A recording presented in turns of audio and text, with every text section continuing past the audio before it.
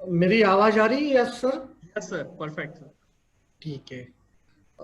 सबसे पहला मैं थैंक यू कहना चाहूँगा यस सर कि आपने बहुत ही बढ़िया तरीके से मुझे इनवाइट किया। जितनी अपनी तारीफ की उतना तो मैं बड़ा नहीं हूँ, मैं बहुत छोटा आदमी हूँ इस इंडस्ट्री में। नहीं नहीं ऑलरेडी सर। बड़े दिग्गज लोग जो आपके सभी अपलाइन लोग हैं, जिसमें मैं हमेशा मतलब मेरा बहुत कम लोगों के साथ दोस्ती रहा है।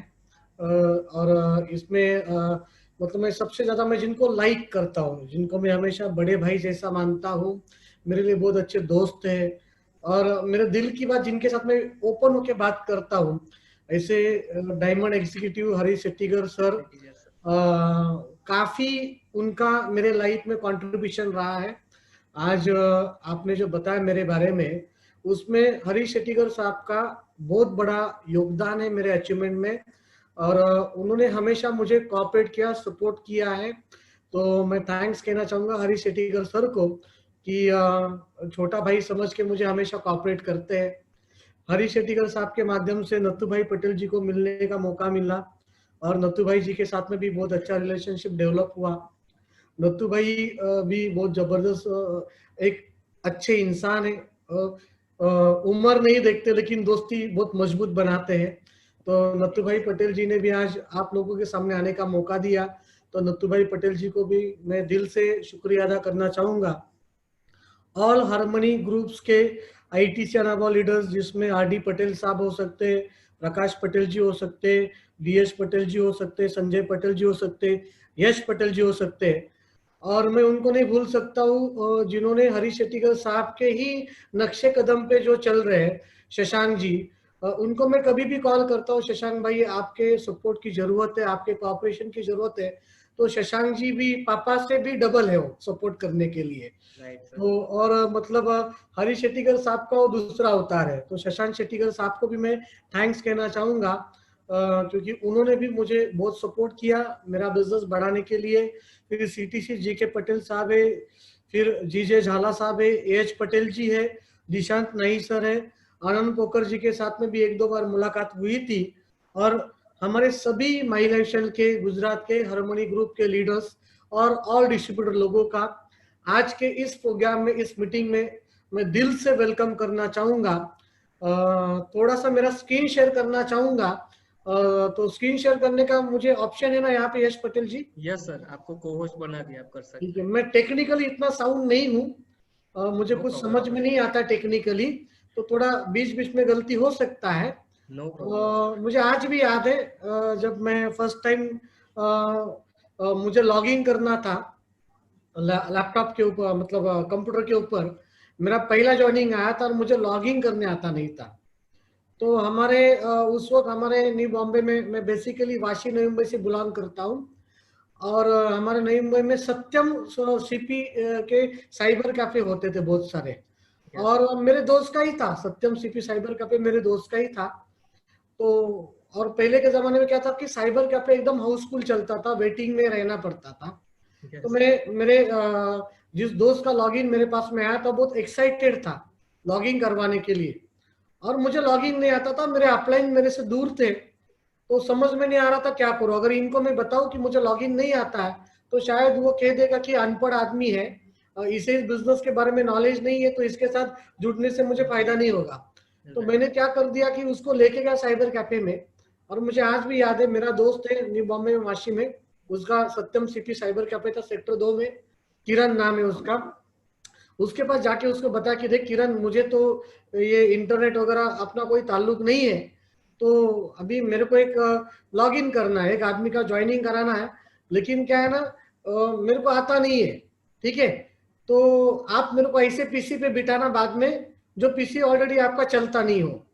तो वो बोला देख मेरे पीसी सब चालू है, लेकिन मैं एक पीसी का नीचे से मशीन बंद करके रखता हूँ, उसको क्या कहते हैं वो कंप्यूटर के मशीन को, सीपीओ, सीपीयू। CPO yes. बंद करके रखता हूँ, ताकि फिर तो ये हो जाएगा। तो फिर मैं गया, वो सीपीओ बंद किया था उसने, और वो मशीन के ऊपर मुझे वो पीसी के ऊपर बिठाया।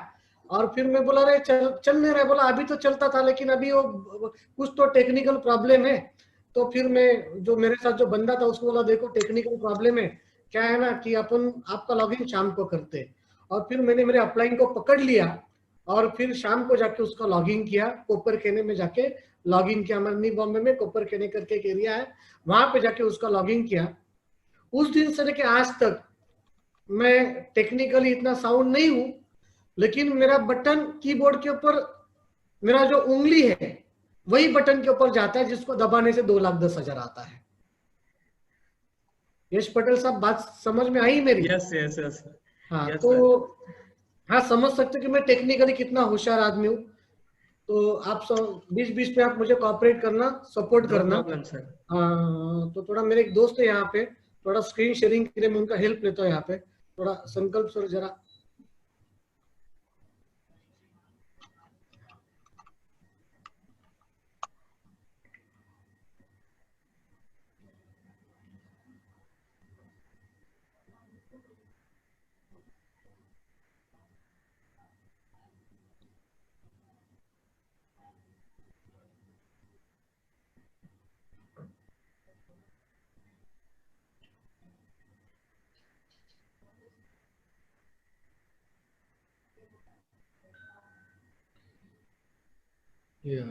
इकनच करो।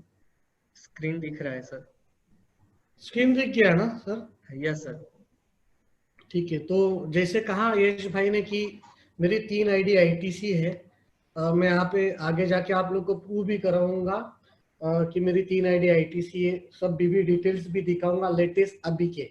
इसी वक्त मैंने अभी वो बीवी डिटेल्स स्क्रीनशॉट निकाल के थोड़ा बहुत मेरे दोस्त से पीपीटी बना के लिया, वो भी दिखाऊंगा। मेरा लास्ट ईयर का फॉर्म 26 सेल्स भी दिखाऊंगा, ये साल का भी दिखाऊंगा। लॉकडाउन में मई मंथ की मेरी 1 महीने की इनकम क्या थी लॉकडाउन में, वो भी दिखाऊंगा। सारे प्रूफ के साथ बात करूंगा। लेकिन आज यहाँ पे जितने भी लोग मुझे सुन रहे, नियर अबाउट मेरे ख्याल से 500 से अधिक लोग ये सिस्टम के ऊपर है, और कुछ लोग यूट्यूब के ऊपर भी मुझे देख रहे हैं। यस सर, 800 लोग हैं अभी। हाँ, 800 लोग नियर अबाउट मुझे सुन रहे हैं। और दोस्तों, मैं आप सभी लोगों को बताना चाहूंगा कि मैं कोई बड़ा स्पीकर नहीं हूँ। मैंने कभी स्टेज के ऊपर ज्यादा बात नहीं की। वो थोड़ा बहुत कोई सेमिनार में जाके एक्सपीरियंस शेयरिंग शेयर करता हूँ। लेकिन आज हरीश शेट्टीकर साहब और नत्थू भाई पटेल साहब, इनके माध्यम से आज आप लोगों के सामने आने का मौका मिला और अपनी बात रखने का मौका मिला। मैं भी आप ही के जैसा ही एक साधारण व्यक्ति था, आज असाधारण जिंदगी जी रहा हूँ। और मैं किस परिवार से बिलोंग करता था, मेरे परिवार में क्या क्या परिस्थितियां थी, और मेरे घर में कौन कौन लोग थे, कौन कौन व्यक्ति को क्या क्या तकलीफें हुई जीवन के अंदर, उन तकलीफों के कारण मेरे जीवन में कैसे परिवर्तन हुआ, आज मैं ये सब चीज आपको यहाँ पे बताने वाला हूँ। बिकॉज ऑफ मैं मेरे लाइफ का जर्नी आपको यहाँ पे बताऊंगा, आपके साथ शेयर करूंगा। थोड़ा मेरा हिंदी बम्बई लैंग्वेज का होगा, तो थोड़ा आप एडजस्ट कर लेना, क्योंकि बम्बई लैंग्वेज का जो हिंदी होता है थोड़ा एरोगेंटली होता है, तो थोड़ा समझ लीजिएगा, मेरी भावनाओं को समझ लीजिएगा। ठीक है, और उम्मीद करता हूँ कि आप सभी लोग मेरे साथ आखिरी तक रहोगे, एंड तक रहोगे, ताकि कोई अगर मेरे जैसा बंदा हो तो उसके जीवन में भी आज के सेशन के बाद ट्रांसफॉर्मेशन आ सकती है। वैसे तो कई सारे ट्रेनिंग प्रोग्राम्स आप लोगों ने हरीश शेट्टीकर साहब के माध्यम से सुने होंगे, नत्थू भाई पटेल साहब के माध्यम से सुने होंगे, आपके टीम के बहुत सारे आईटीसीज, बहुत सारे जबरदस्त सीटीसीज, एनटीसीज लीडर के माध्यम से सुने होंगे। आप लोगों को तो ये बिजनेस को कैसे बढ़ाना उसका ज्ञान सभी को होगा।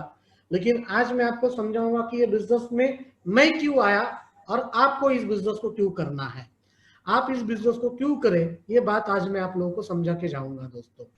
तो मेरी 3 आईडी जैसे कि आईटीसी लेवल पे बताई यहाँ पे। मेरा नाम शंकेश दत्तात्रेय वायाल, मैं न्यू बॉम्बे से बिलोंग करता हूँ, और पिछले 15 सालों से मैं नेटवर्क मार्केटिंग उद्योग के अंदर हूँ, ये इंडस्ट्री के अंदर हूँ, डायरेक्ट सेलिंग बिजनेस के अंदर हूँ।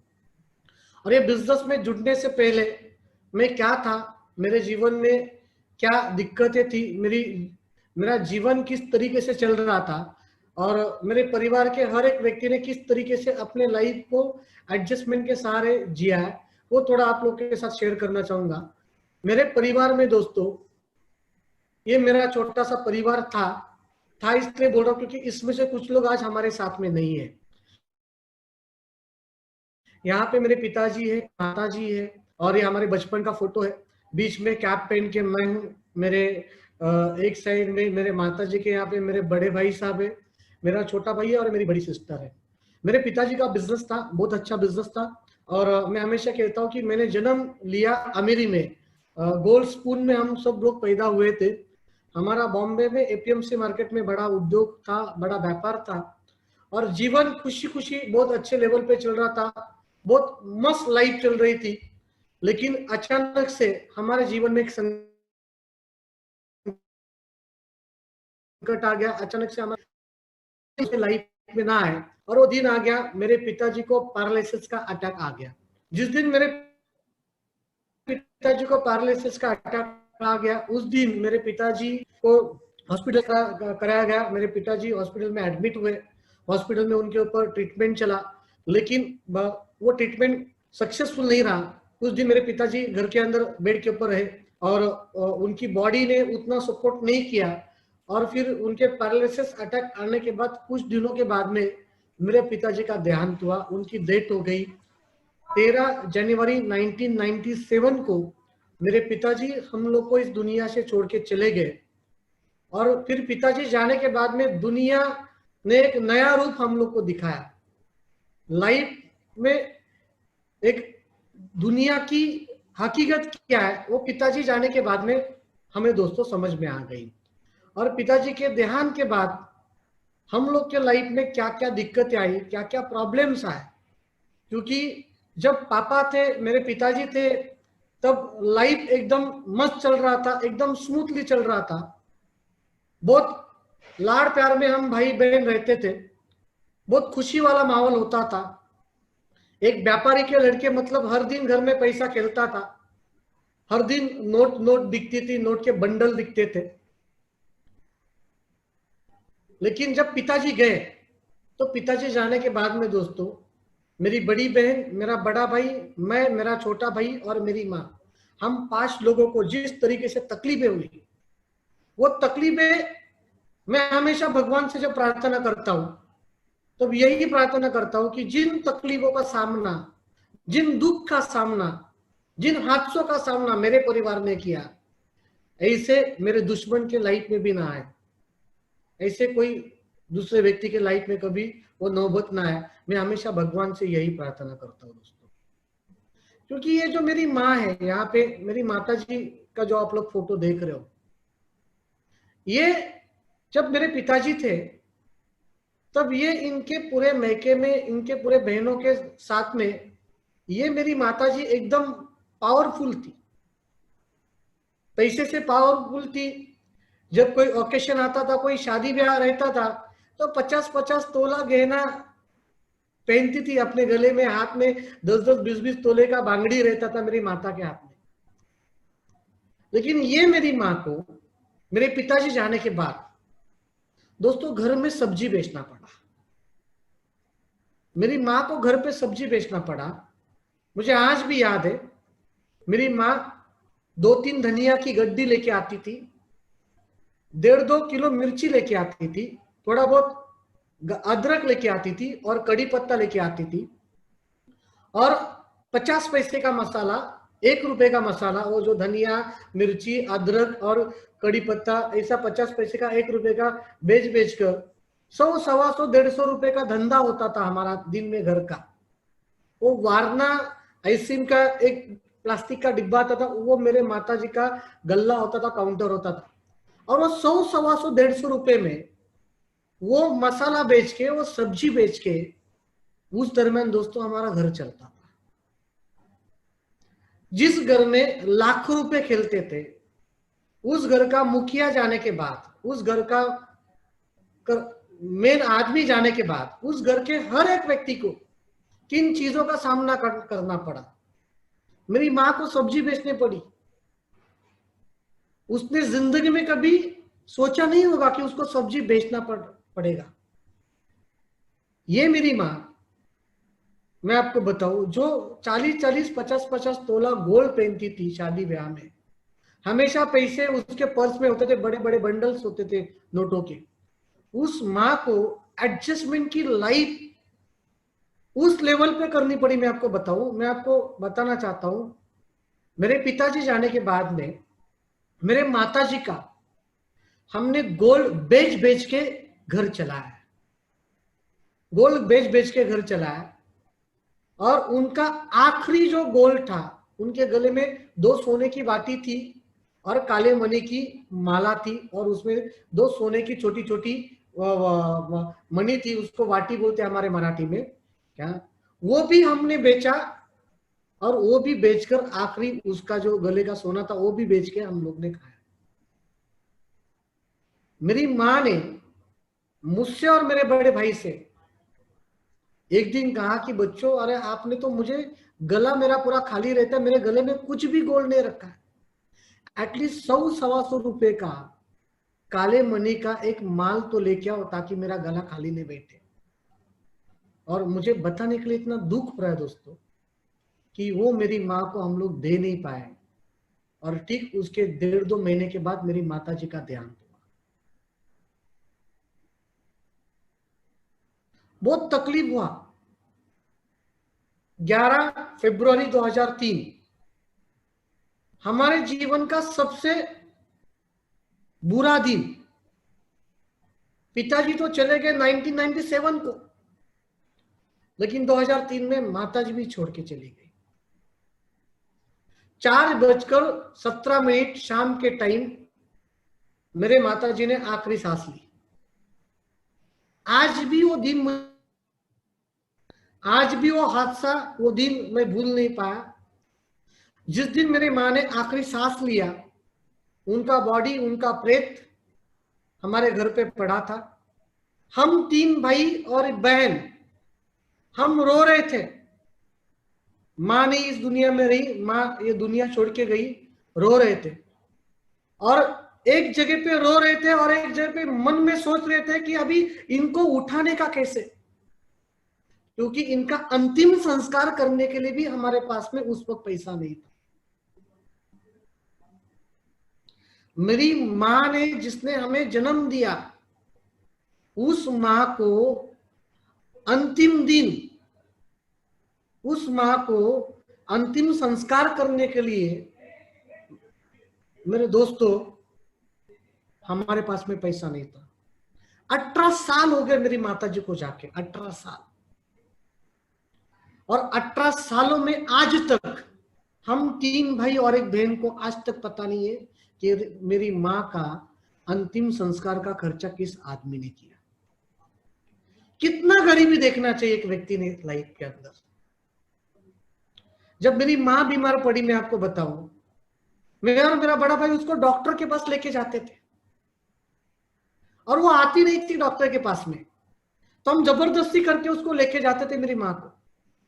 और हम हमारी माँ को जबरदस्ती जब डॉक्टर के पास लेके जाते थे, हमारे नई मुंबई में वाशी डेपो, बस डेपो है, उसके बिहाइंड, उसके पीछे एक बड़ा हॉस्पिटल था, लक्षद्वीप हॉस्पिटल। वहां पे एक एमडी डॉक्टर थे, डॉक्टर संजय सताले जी।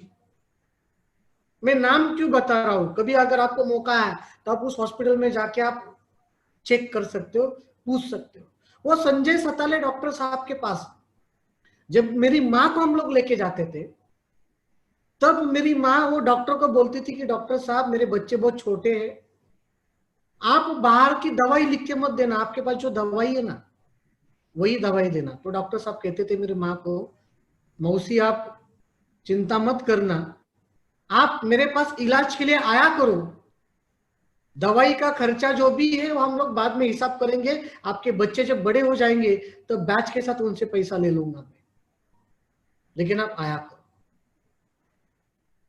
ये मैं क्यों बता रहा हूं दोस्तों, ये बताने के पीछे का रीजन क्या, मैं कोई स्टोरी बता के, मेरी स्टोरी, मेरे लाइफ की स्टोरी बता के मेरा कोई इंपॉर्टेंस बढ़ाने का काम नहीं कर रहा हूं। यहाँ पे किस परिस्थिति से हम लोग गुजरे, मेरे घर का हर एक व्यक्ति, जब पिताजी जाने के बाद में उन्होंने किन किन तकलीफों को झेला है, वो मैं आपको समझाना चाहता हूं। मैं आज 3 आईडी आईटीसी हूं, तो क्या रीजन है 3 आईडी आईटीसी बनने के लिए? आज करोड़ की इनकम आ रही है, तो क्या रीजन है करोड़ की इनकम आने के लिए?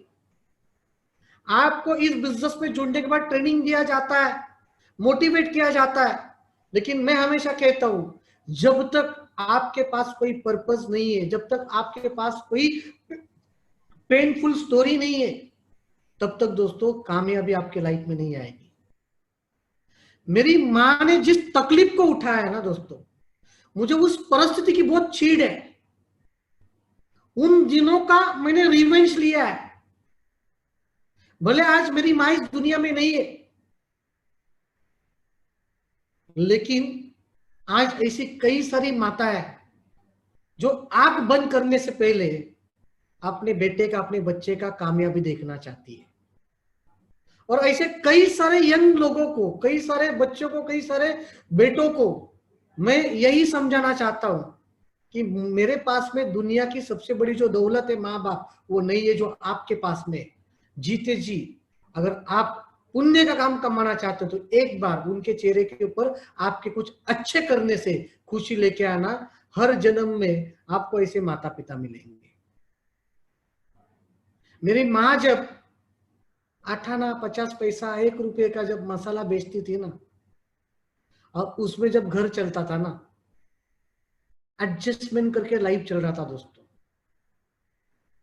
हमें किराने वाला दुकानदार उधारी नहीं देता था सामान, तो जब हम उधारी करते थे तो उधारी देने के लिए हमारे पास पैसा नहीं होता था। मेरे पिताजी जाने के बाद में हम 4 बहन भाइयों ने, हम लोगों ने ऐसे कितने दिन निकाले होंगे कि हमारे घर पे खाना नहीं बनता था, हमारे घर पे खाना नहीं बनता था। मेरी माँ को तो जीते जी तकलीफ हुआ ही हुआ, लेकिन जाते वक्त भी हम अंतिम विदाई भी हमारे पैसे से हमारी माँ की नहीं कर पाए। ये बात का दुख आज भी मेरे लाइफ में, मेरे पास में, मेरे साथ हमेशा है। ये मेरी बड़ी बहन है, इनकी शादी हो गई, सगी बहन है, इनकी शादी हो गई मेरी बड़ी बहन की। और मैं आपको बताना चाहता हूं कि अगर आपके घर में जब शादी होती है तो बहन की हो या भाई की हो, 8-10 दिन तो पहले आप एंगेज रहते हो उस शादी की तैयारी में। और मेरी बड़ी बहन की शादी हमारे गांव में हुई। आप लोग बिलीव नहीं करोगे, मैं और मेरा बड़ा भाई, हम दोनों हमारी बहन की शादी के दिन दोपहर को 3 बजे गांव में पहुंचे, क्योंकि बहन के शादी में जाने के लिए भी हमारे पास पैसा नहीं था। मेरी बड़ी बहन की शादी के लिए जाने के बाद भी हमारे पास पैसा नहीं था। किसी की गाड़ी थी, वो गाड़ी में बैठकर हम लोग गए शादी के दिन। जो मेरे बहन के शादी में हमारे रिश्तेदार जाने वाले थे, उनके गाड़ी में बैठ के हम लोग शादी में गए दोस्तों। मेरी बड़ी बहन हमारे वाशी में नहीं, बॉम्बे में रहती थी, हमारे बगल में रहती है। हम 3 भाई जब उसके घर पे जाते थे तो हम लोग हाथ के ऊपर लिख के देते थे बहन को कि सिस्टर 20 रुपया चाहिए, ताकि उसकी सास ससुर ना देखे।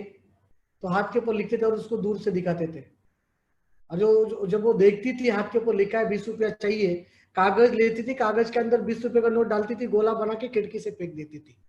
और वो गोला उठा के हम भाई लेके जाते थे, और वो 20 रुपए में जो भी वड़ा पाव बिड़ा पाव आता था वो हम लोग खाते थे। ऐसे दिन देखे दोस्तों, बहुत बुरे दिन देखे।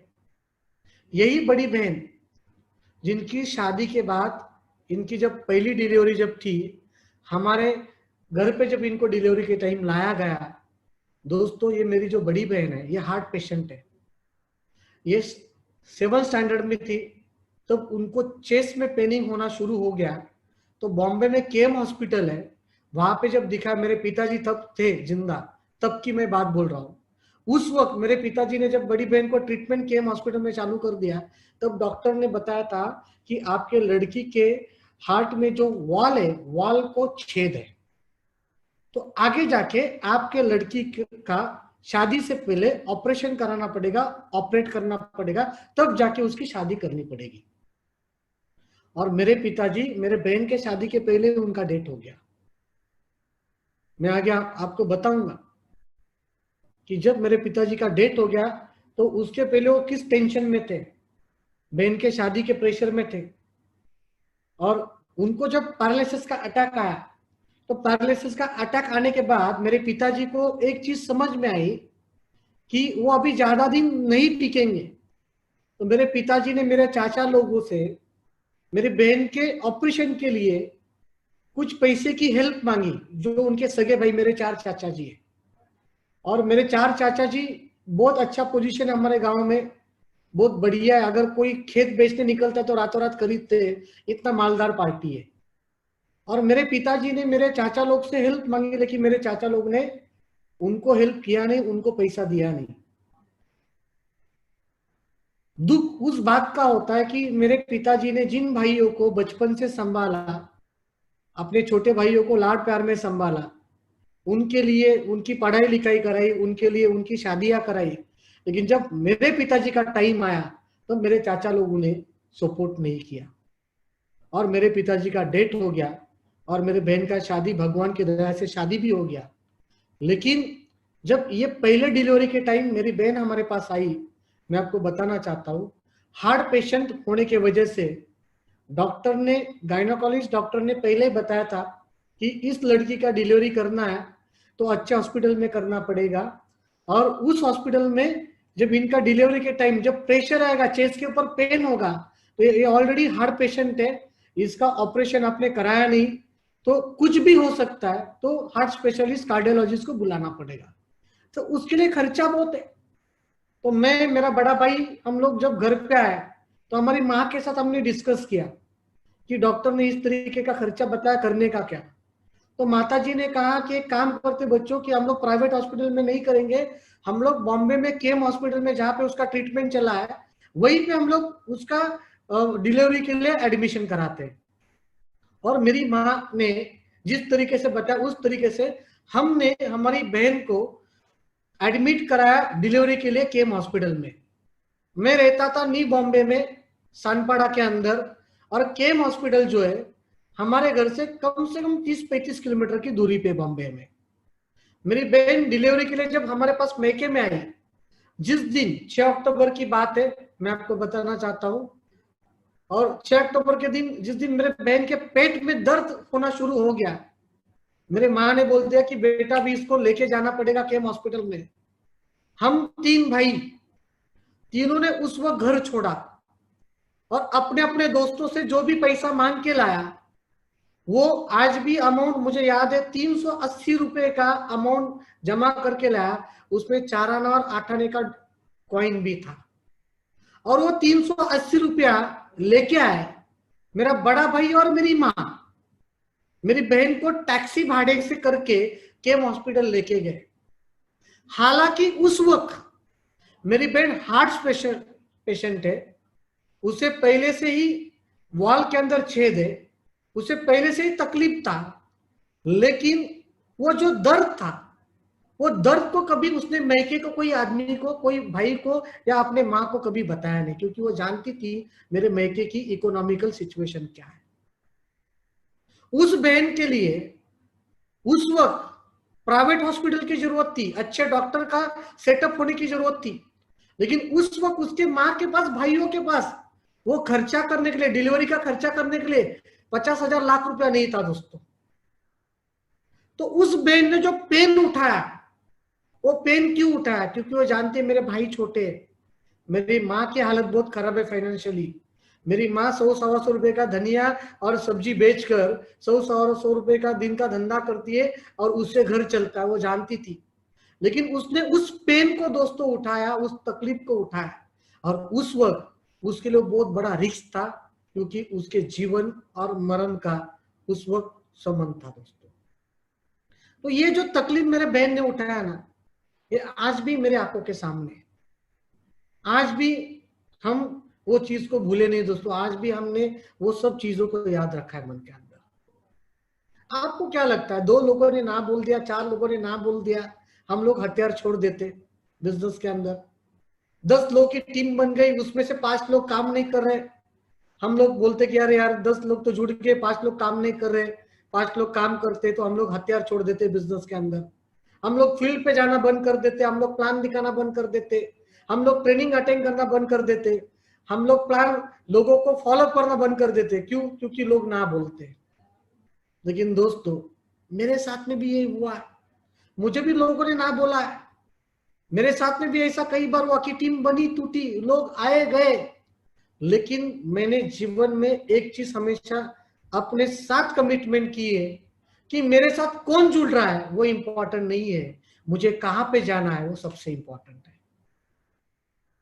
और ये जो हादसे मेरे जीवन में पिताजी जाने के बाद में, मेरे पिताजी का डेथ होने के बाद में मेरे माँ ने जिस संघर्ष को झेला है, जिन तकलीफों को झेला है, मेरी बहन ने जिस संघर्ष को झेला है, जिस तकलीफ को झेला है दोस्तों, ये चीज मैं आज भी नहीं भूल पाया। अगर कोई ना बोलता है तो मैं रुकता नहीं हूं, क्योंकि उस आदमी के ना बोलने से अगर मैं रुक जाऊं तो मेरे बहन भाई, मेरे घर में जो भी लोग हैं, जो मेरे अपने लोग हैं, उनके सपनों के ऊपर मैं पानी डाल रहा हूं। तो मेरे साथ कौन आ रहा है वो इंपॉर्टेंट नहीं है, मुझे किन के लिए इस बिजनेस को करना है मैंने हमेशा याद रखा। उस बहन की तकलीफ को याद रखा दोस्तों, उस माँ की तकलीफ को याद रखा, उस माँ की अंतिम विदाई करने के लिए पैसा नहीं था, उस दर्द को आज भी याद रखा दोस्तों। तो मेरे बहन ने भी बहुत तकलीफ उठाया मेरे पिताजी जाने के बाद। ये मेरा बड़ा भाई, मैं आपको बताऊं, इनका शादी हुआ, इनका जब शादी हुआ मेरे बड़े भाई का, तो इनके शादी में जो शादी का दूल्हे का कपड़ा जो पहना जाता है, ये मैं भाड़े पे लेके आया था सूट। मेरे बड़े भाई के शादी के दिन भाड़े पे सूट लेके आया था। और जब मेरे बड़े भाई की शादी हुई तो मेरा बड़ा भाई और हम क्या करते थे, हम सलून की दुकान चलाते थे। मैं कोई नाई नहीं हूं, लेकिन एक वक्त आया कि मुझे सलून का धंधा करना पड़ा। एक ऐसा सिचुएशन आया कि हमें नाई का धंधा करना पड़ा दोस्तों। और मेरे भाई की जो बीबी है वो डॉक्टर है, मेरी भाभी जो है वो डॉक्टर है। और जब मेरे भाई का शादी हुआ तो शादी के टाइम पे मेरे भाई का जो दूल्हे का कपड़ा था, वो दूल्हे का कपड़ा मैं भाड़े पे लेके आया था। ये मेरा बड़ा भाई कितना तकलीफ उठाया मुझे याद है मेरे जीवन में। मेरा छोटा भाई यहाँ पे जो कैप पहन के यहाँ पे दिख रहा है आप लोग को, ये छोटा भाई 11वीं के क्लास में कॉलेज में जब जाता था तो 5 से 6 किलोमीटर दूर पैदल पैदल जाता था, 5 से 6 किलोमीटर दूर पैदल पैदल आता था कॉलेज से। एक ही जींस पैंट पहनता था, 2 दिन में एक जींस पैंट पहनता था और तीसरे दिन धोता था, वापिस वही जींस पैंट पहनता था। कोई जब बच्चा कॉलेज में जाता है तो उसका एक सपना होता है कि मेरे पास में अच्छे कपड़े होने चाहिए, मेरे पास में कॉलेज में खर्चा करने के लिए, कैंटीन में दोस्तों के साथ मजे करने के लिए, पिक्चर देखने के लिए मेरे पास पर्स में पॉकेट मनी होना चाहिए। मेरे भाई के पास नहीं होता था कभी।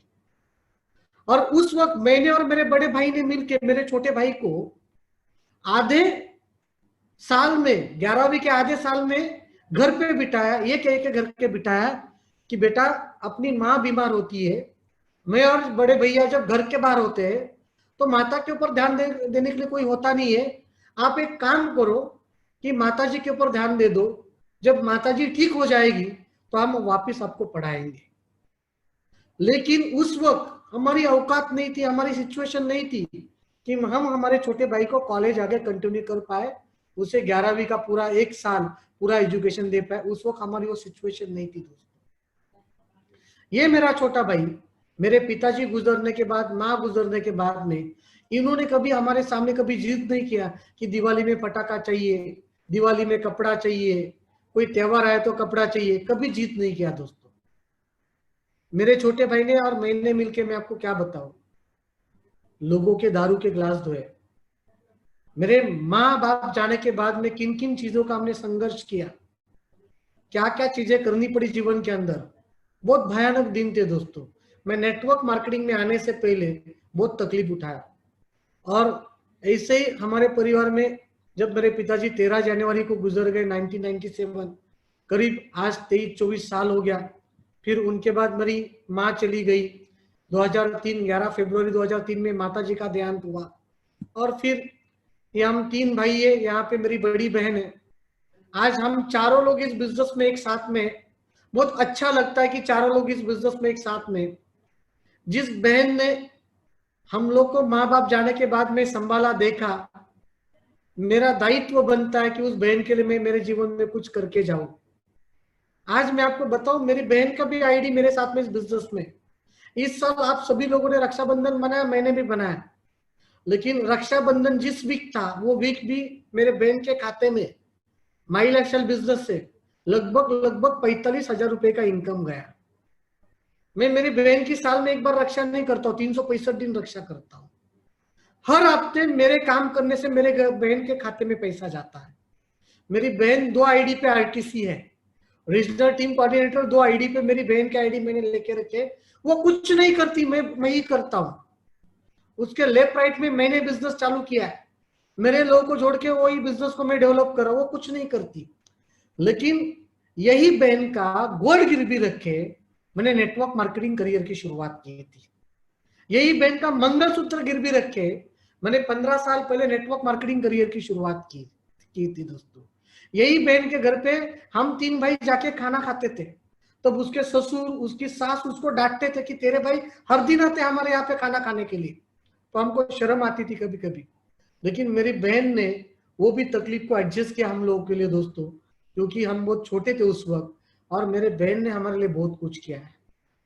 मैं हमेशा कहता हूँ, भले आज आप बिरयानी खा रहे हो, लेकिन जब आप खाली पेट थे ना, तब आपने जिस व्यक्ति का पेट भरा है दोस्तों, उस व्यक्ति को जिंदगी में कभी भूलने का नहीं। मैं आज भी मेरी बहन को कभी भूला नहीं, और इस बहन ने हमारे लिए जितना कंट्रीब्यूट किया हमारे जीवन के अंदर, जितना सपोर्ट किया है दोस्तों, मैं मेरे जीवन में कितनी भी मेहनत करूं और कितना भी लाखों करोड़ रुपए उसको कमा के दूं दोस्तों, उसके उस कंट्रीब्यूशन के सामने दोस्तों मैं कितना भी करूं वो बहुत कम है दोस्तों।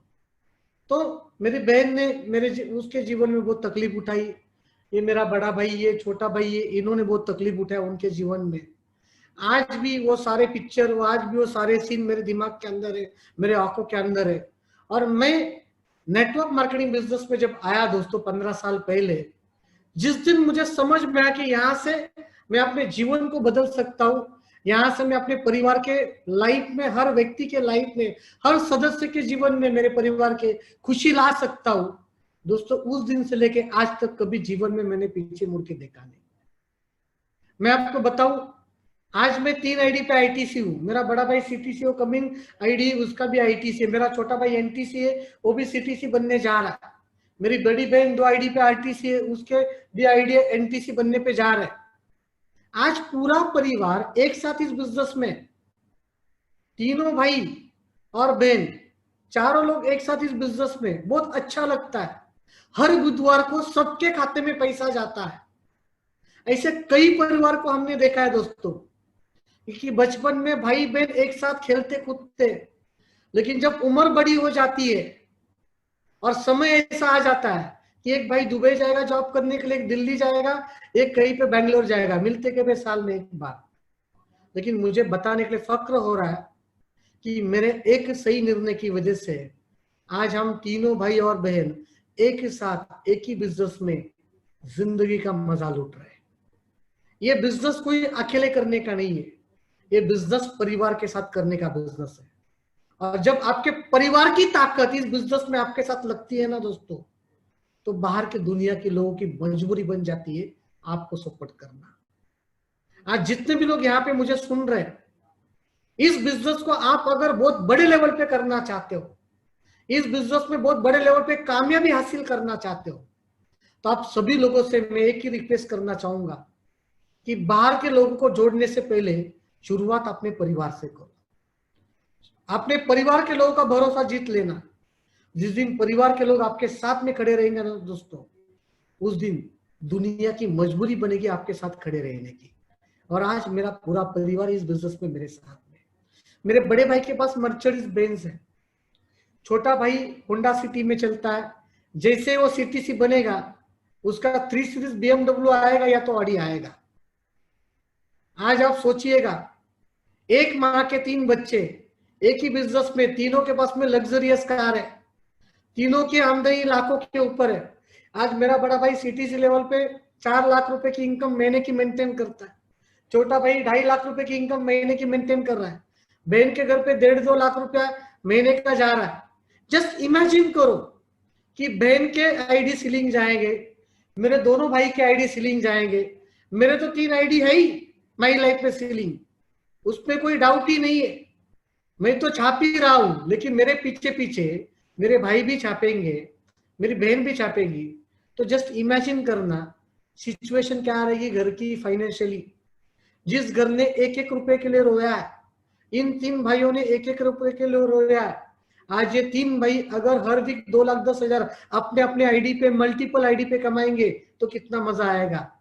और दोस्तों वो दिन ज्यादा दूर नहीं है कि मेरे दोनों भाइयों का सीलिंग जाएगा, वो दिन ज्यादा दूर नहीं है कि मेरी बहन का हर वीक सीलिंग जाएगा, क्योंकि हमने डिसाइड किया है कि मरते दम तक अगर कुछ अच्छा होगा तो हमारे जीवन में सिर्फ नेटवर्क मार्केटिंग से होगा और माई लाइफस्टाइल बिजनेस से होगा। ये हमने डिसाइड किया दोस्तों। तो आज हम 3 भाई बहन सभी लोग एक साथ एक बिजनेस में, और मैं हमेशा कहता हूं माई लाइफस्टाइल बिजनेस क्या है। माई लाइफस्टाइल बिजनेस दोस्तों बिछड़े हुए रिश्तों को एक छत के नीचे लाने का बिजनेस है। और हम अगर इस बिजनेस में नहीं होते तो शायद हमारे लाइफ में भी बिछड़ना पड़ता हम लोग को कमाई करने के लिए। लेकिन भगवान की दया से, माता पिता की आशीर्वाद से आज हम चारों बहन भाई इस बिजनेस के अंदर एक साथ काम कर रहे। इससे ज्यादा खुशी की बात मेरे जीवन में दूसरी कुछ नहीं है दोस्तों। मैंने मेरे जीवन में क्या क्या किया मैं आपको बताना चाहता हूँ। मैंने भाजी मार्केट में जाके धंधा किया। मैंने टेम्पररी जो भी छोटे मोटे जॉब्स होते थे जिसमें 200 रुपया दिन का मिलता था, 150 रुपया दिन का मिलता था, ऐसे भी कुछ काम किए।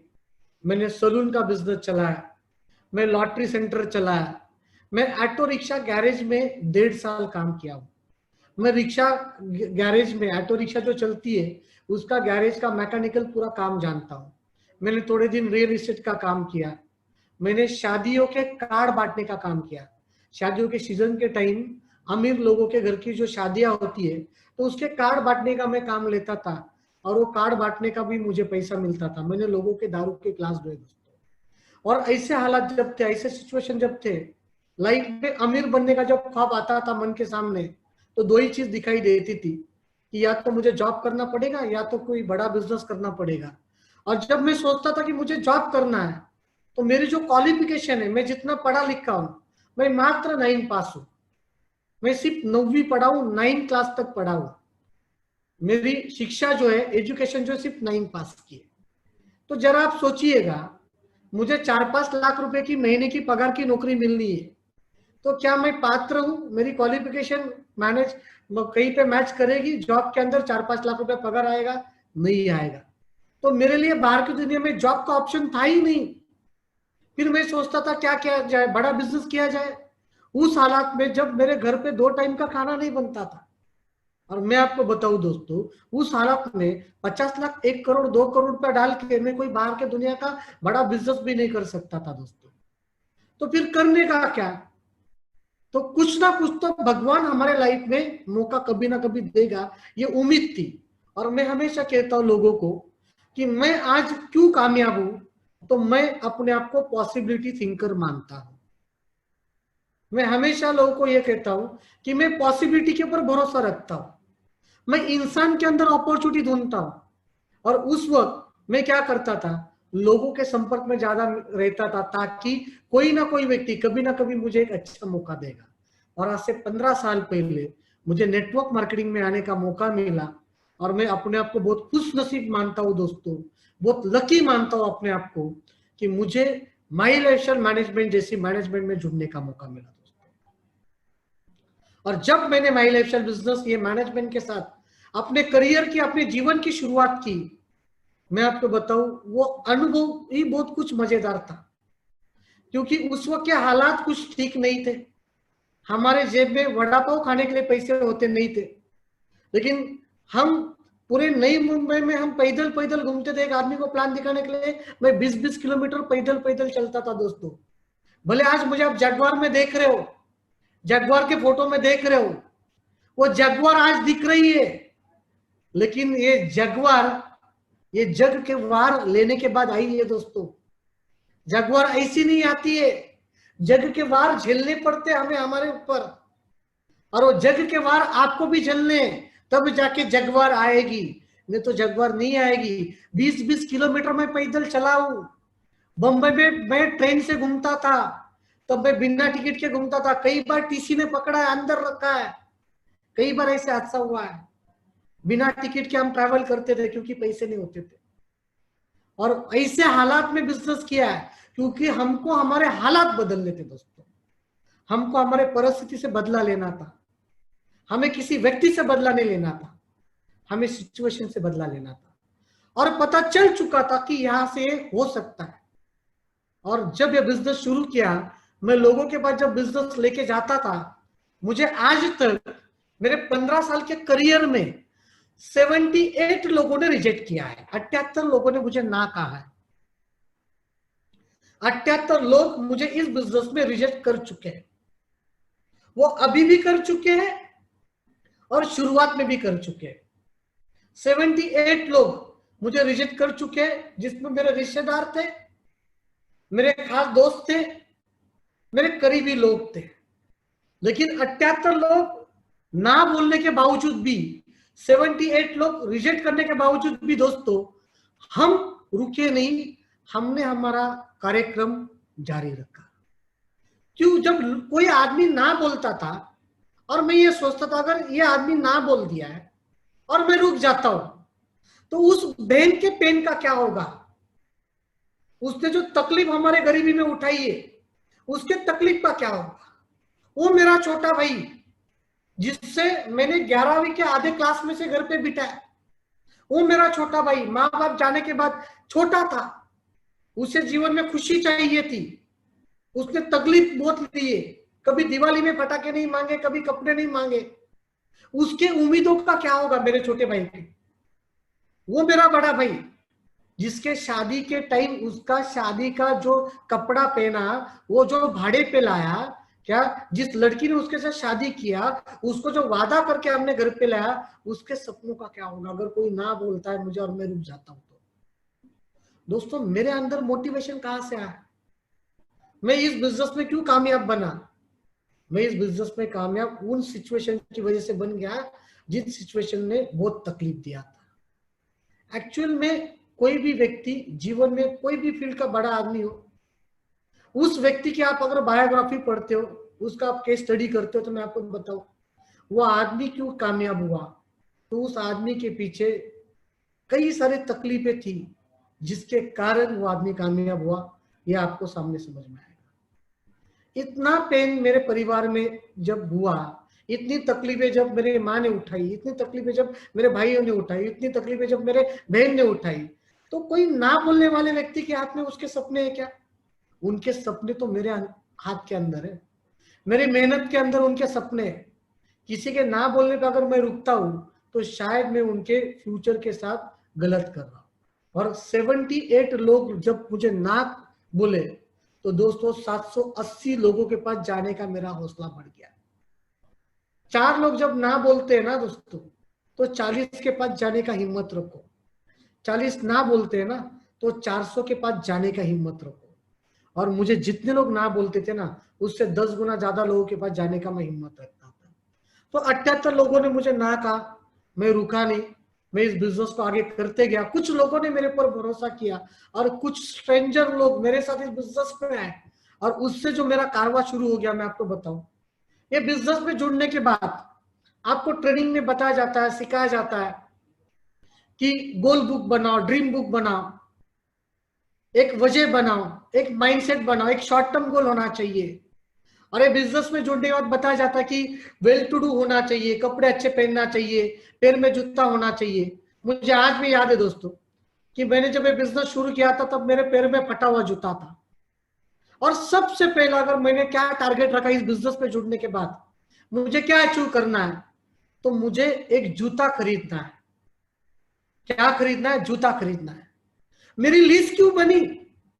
बेसिक ट्रेनिंग में बताया जाता है लिस्ट बनाओ। हम लोग लिस्ट बनाने पे ध्यान नहीं देते, दिमाग में रखते। नहीं, दिमाग में है ना, अगर आपको नत्थू भाई साहब ने बोल दिया ट्रेनिंग के अंदर प्रॉस्पेक्ट लिस्ट होना बहुत जरूरी है, 100 में से 10 लोग निकालते, 90 लोग छोड़ देते हैं। दोस्तों, मैं हमेशा एक चीज बताता हूं, आज भी आप लोग को बताऊंगा, इतनी बड़ी अंग्रेजी लैंग्वेज, इंग्लिश जो भाषा है, ये 26 अक्षर के अंदर है, ए से लेके जेड तक। आप ए से लेके जेड तक अगर पढ़ नहीं पाए, आपने ए से जेड का पढ़ाई नहीं किया, तो अंग्रेजी भाषा का वर्ड्स आप कभी जीवन में बोल नहीं पाओगे। ये 26 वर्ड के अंदर जो इतनी बड़ी लैंग्वेज है ना अंग्रेजी भाषा, वैसे ही हमारा जो बिजनेस है ना, list, invitation, show the plan, follow और क्लोजिंग, ये 5 स्टेप के अंदर है। ये 5 स्टेप करने में अगर आप एक्सपर्ट बने तो आपकी जगुआर आएगी आपके सारे सपने पूरे होंगे। और मैं कोई टेक्निकली इतना बड़ा कोई साउंड आदमी नहीं हूं, मैं कोई बड़ा पढ़ा लिखा आदमी नहीं हूं। ये बिजनेस में कोई रॉकेट साइंस लगाने की जरूरत नहीं है।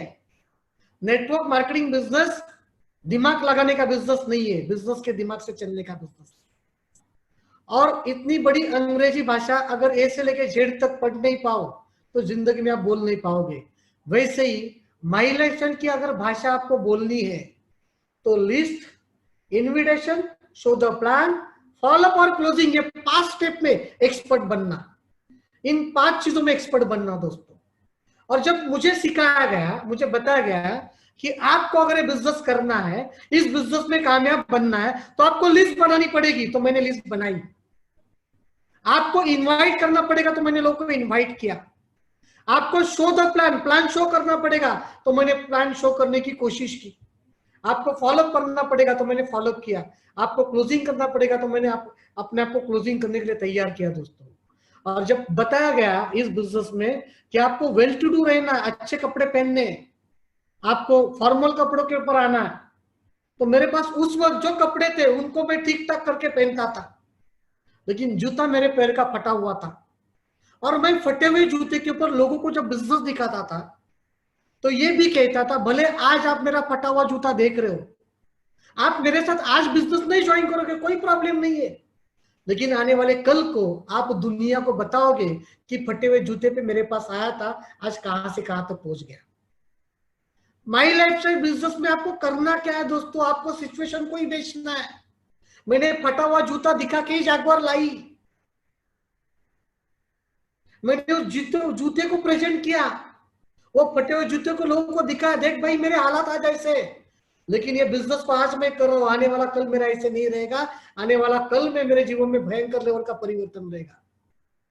और पहला टारगेट मैंने रखा था नेटवर्क मार्केटिंग करियर में जुड़ने के बाद, इस मैनेजमेंट के साथ जुड़ने के बाद में सबसे पहला टारगेट मैंने रखा था कि मुझे जूता खरीदना है मेट्रो ब्रांड का।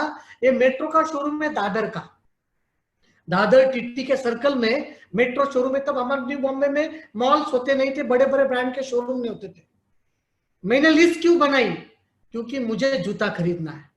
और मैं हमारे वासी से, न्यू बॉम्बे से दादर चला गया, मेट्रो शोरूम के अंदर गया, और उस वक्त मैंने 3450 रुपए का जूता मेरे पैर में 10 मिनट पहन के देखा, और उस जूते को बताया अगले महीने में आऊंगा तेरे को लेने के लिए। और फिर बताया जाता है बेसिक ट्रेनिंग में लिस्ट बनाओ, लिस्ट बनी अपनी, लोगों को बिजनेस दिखाना चालू हो गया। क्यों दिखाया? क्योंकि जूता खरीदना है। और दोस्तों, बिना मकसद के जीवन में कोई भी कार्य सफल नहीं होता, इतना याद रखना। उस वक्त मेरे लिए वो जूता खरीदना बहुत बड़ी बात थी, और वो 3450 रुपए का जूता खरीदने से 1.25 महीने में, मैंने जुड़ने के बाद 1.25 महीने में जूता पैर का चेंज किया, और उस वक्त 3500 जूता पहनने की अपनी खुद की औकात बनाई। और वो 3450 रुपए का जूता खरीदने से दोस्तों मेरे अंदर भयंकर लेवल का कॉन्फिडेंस जाग उठा। कोई भी इंसान जब जीवन में पहली बार कोई चीज को हासिल करता है ना, तो हासिल करने की लीडरशिप बाहर आ जाती है। मैं हमेशा कहता हूं, दूध जो होता है वो 50 रुपया लीटर से मिलता है, घी जो होता है वो 500 रुपया किलो से मिलता है। और ये जो 500 रुपया किलो का जो घी है, ये 50 रुपया लीटर दूध के अंदर ही बनता है। वो घी निकलने के लिए दूध के ऊपर प्रोसेस होना बहुत जरूरी है। जब वो दूध के ऊपर प्रोसेस प्रॉपर होता है ना, तो 500 का माल बाहर निकलता है।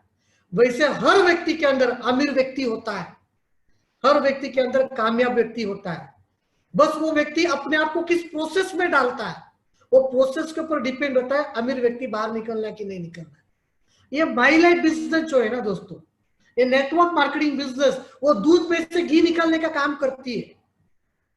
आपको करना क्या है? अपने आप को इस बिजनेस के प्रोसेस में अपने आप को रखना है।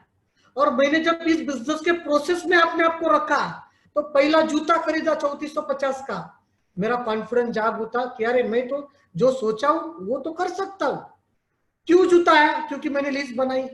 क्यों जूता है? क्योंकि मैंने लोगों को इनवाइट किया। क्यों जूता है? क्योंकि मैंने लोगों को प्लान दिखाया। क्यों जूता है? मैंने लोगों का फॉलो किया। क्यों जूता है? क्योंकि मैंने लोगों का क्लोजिंग किया। तो ये 5 स्टेप करने से जूता आ सकता है। तो फिर मैंने अगला टारगेट रखा कि प्लान प्रेजेंटेशन दिखाने के लिए, कागज के ऊपर ना दिखाते हुए प्लान प्रेजेंटेशन दिखाने के लिए अपने पास में खुद का लैपटॉप होना चाहिए। तो उस वक्त कॉम्पैक्ट कंपनी का लैपटॉप मैंने खरीदा और ठीक 3 महीने के बाद मैंने 23,000 का एक लैपटॉप खरीदा। मैंने वापस लिस्ट के ऊपर काम किया, वापस लोगों को प्लान दिखाया, वापस फॉलोअप किया, क्लोजिंग किया, वही 5 स्टेप को किया। 3 महीने के बाद मेरा लैपटॉप आया। और जिस दिन लैपटॉप इस बिजनेस से पैसे कमा के लिया मैंने दोस्तों, मुझे लैपटॉप चलाने आता नहीं था लेकिन सीखा, और मैं आज भी वही बोल रहा हूं आप लोगों को। मेरी कीबोर्ड के ऊपर उतने ही बटन के ऊपर उंगली जाती है जिनको दबाने से 2,10,000 वीकली आता है। ज्यादा टेक्निकली नॉलेज होने की जरूरत नहीं है। आपको नहीं आता पीपीटी, मत बनाओ। कोई पीपीटी बनाने वाले आदमी को 200-500 रुपए दे दो और उससे बना के लो। मैंने वही किया। मुझे नहीं आता पीपीटी बनाने के लिए, किसी को पकड़ता हूं, बना के लेता हूं। अपना दिमाग सिर्फ लिस्ट बनाने पे चलता है, इनविटेशन देने पे चलता है, प्लान दिखाने पे चलता है, क्लोजिंग करने पे चलता है। बस इसमें दिमाग चलाओ। नेक्स्ट 3 महीने में जब लैपटॉप खरीदा तब अगला टारगेट मैंने क्या रखा कि मेरे पास में 4 व्हीलर गाड़ी होना चाहिए। और ठीक 1 साल के बाद मैंने 4 व्हीलर गाड़ी लिया। और मैं पहले ऐसे दिखता था, चेहरे के ऊपर देखो कितना कॉन्फिडेंस है, कुछ कॉन्फिडेंस नहीं चेहरे के ऊपर। ये मेरा छोटा भाई है, बॉडी लैंग्वेज देखो मेरा कैसे। और मैंने मेरे जीवन का सबसे पहला गाड़ी लिया इस बिजनेस से पैसा कमा के, 5.5 लाख रुपए का टाटा इंडिगो। और टाटा इंडिगो आने के बाद दोस्तों इस बिजनेस का एक लीडर जो बाहर निकला मेरे अंदर का, उस दिन से लेके आज तक जो जो चीजें मैंने डिसाइड की वो वक्त के पहले मैंने हासिल की दोस्तों। और ये सब क्यों हुआ? ये सब होने के लिए कारण क्या था? ये सब होने के लिए रीजन क्या था? मेरा पास्ट, मेरा भूतकाल की तकलीफें। भूतकाल में मैंने 31st नाइट में 200 रुपया कमाने के लिए दारू के ग्लास धोए, मेरा छोटा भाई और मैंने मिलके। लोग मजे कर रहे, नए साल का वेलकम कर रहे, और हम क्लब में जाके दारू के ग्लास धो रहे। वो दिन आज भी भूल नहीं पाया। ये मेरा छोटा भाई, आप देख रहे हो उसके बदन के ऊपर के कपड़े तब ठीक थे क्योंकि बिजनेस था मेरे पास में। लेकिन ये मेरा छोटा भाई जिसको आधे साल से मैंने घर पे बिठाया, ये भूतकाल है मेरे लाइफ का। और इस छोटे भाई को माँ बाप जाने के बाद में जिस तकलीफों का सामना करना पड़ा, आज तक ये नेटवर्क मार्केटिंग बिजनेस जुड़ने के बाद आज तक मैंने मेरे छोटे भाई को कभी दुख नहीं पहुंचाया। उसने जिस चीज के ऊपर उंगली रखी वो हर एक सपना उसका मैंने पूरा किया दोस्तों, हर एक सपना पूरा किया। ये इंडिगो आने के बाद मुझे आज भी याद है, मैंने मेरे कुछ रिश्तेदार को बुलाया था, पूजा की गाड़ी की और पेड़े बीड़े बांटे। हमारे कुछ रिश्तेदारों में बहुत हितचिंतक रहते, पता ना आपके बारे में बहुत अच्छा सोचने वाले। वैसे मेरे रिश्तेदारों में भी बहुत हितचिंतक रिश्तेदार है जो अच्छा सोचते, और इतना अच्छा सोचते ना उससे हमारे अंदर ऊर्जा पैदा होती है। मेरा एक रिश्तेदार बोलता है कुछ नहीं रहे, हवे वाला बलून है, कभी भी फटेगा। ये गाड़ी ना 2-4 महीना रहेगी इसके पास, बाद में ये जाने वाली है, बैंक खींच के लेके जाएगी। मैं आपको क्या बताऊं दोस्तों, मैंने कभी किसी व्यक्ति ने मुझे क्रिटिसाइज करने के बाद, अंडर एस्टिमेट करने के बाद मैंने कभी किसी व्यक्ति के ऊपर गुस्सा नहीं किया। मैंने उस गुस्से को अपने काम में लगाया और करके दिखाया। और मेरी टाटा इंडिगो आने के बाद जिस तरीके से मेरा बिजनेस बढ़ा, मैं आपको बताना चाहूंगा। आज जो जगुआर है, ये जगुआर आई कब? जब मैंने पहला जूता लिया। ये जगुआर आई कब? जब मैंने कॉम्पैक्ट का लैपटॉप लिया। ये जगुआर आई कब? जब मैंने टाटा इंडिगो खरीदी। और वहां से जो मेरे जीवन की जर्नी शुरू हो गई नेटवर्क मार्केटिंग में दोस्तों, बहुत मजेदार कहानी है। फिर अच्छा पैसा आना चालू हो गया, गाड़ी बीड़ी आ गई, शादी की उम्र हो गई, तो सोचा शादी भी करना चाहिए। तो मैंने मेरे वाइफ के साथ शादी कर दिया 21 अप्रैल 2008 में। और 2008 में जब मेरा शादी हो गया तो ये मेरी वाइफ है, आज लगभग 11-12 साल हो गए इनके साथ शादी किए हुए, 2 बच्चे हैं मुझे, बहुत अच्छा जीवन चल रहा है। शादी करने के बाद में मेरे लाइफ की और जिम्मेदारी बढ़ गई। और ये जो मेरी बीवी है, मैं आपको बताना चाहता हूं, मैंने जिस वक्त शादी करने का डिसीजन लिया था तब मैंने ये सोचा था कि मैं उस लड़की के साथ शादी करूंगा जिसको बाप नहीं रहेगा, क्योंकि मेरे पिताजी जाने के बाद में मेरे माँ को मेरी बहन की शादी करते हुए जो तकलीफ उठानी पड़ी वो हमने हमारे आंखों से देखी थी। और उस वक्त मैंने डिसाइड किया था कि मैं उस लड़की के साथ शादी करूंगा जिसके पिताजी नहीं होंगे। और एक बिना पति की जो औरत होती है, लेडी होती है, और उसकी जब घर में शादी वाली लड़की होती है, तो उस लेडी के लिए सबसे बड़ी लाइबिलिटी होती है उसकी लड़की की शादी और वो लड़की। और मैं मेरे वाइफ को जिस दिन देखने गया, मैं आपको बताऊं, 10 बाई 10 के रूम में गांव में रहते थे, वो घर में मैं इनको देखने गया था। उस वक्त मेरी महीने की इनकम 3 से 4 लाख रुपया थी, टाटा इंडिगो गाड़ी थी। और मैं मेरे वाइफ को शादी के लिए जब देखने गया, लड़की देखने का जब प्रोग्राम होता है, तो मैं आपको बताऊं कि मेरे सास के घर पे 2 ही चाय के कप थे और हम लोग 7 लोग गए थे देखने के लिए। तो हमारे यहाँ पे ना गांव में ना बड़ी थाली होती है, उसमें भी चाय देते हैं, और मैंने बड़े थाली के अंदर चाय पिया उस वक्त मेरे बीवी को देखने गया था तब।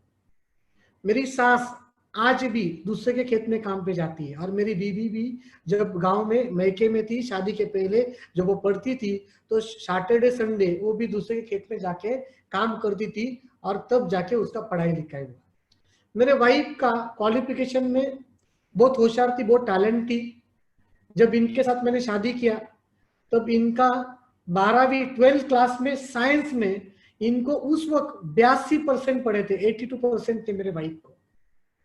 और बिना बाप की लड़की जो दूसरे खेत में जाती है, जिसकी माँ पैसा कमाने के लिए, काम करने के लिए, किताबें भी नहीं होती थी, किसी और की किताबें इनको मिलती थी पढ़ने के लिए, ऐसे लड़की के साथ जब मैंने शादी किया, तो शादी के बाद मैंने मेरे वाइफ को आगे जाके हम दहेज, बिना दहेज के शादी किया हूं मैंने, क्योंकि मेरी माँ को जिस वक्त तकलीफ हुआ मेरी बहन का शादी करते वक्त, उस वक्त हम तीनों भाइयों ने डिसाइड किया था अपनी औकात रहेगी तो शादी करेंगे, लेकिन दहेज नहीं लेंगे।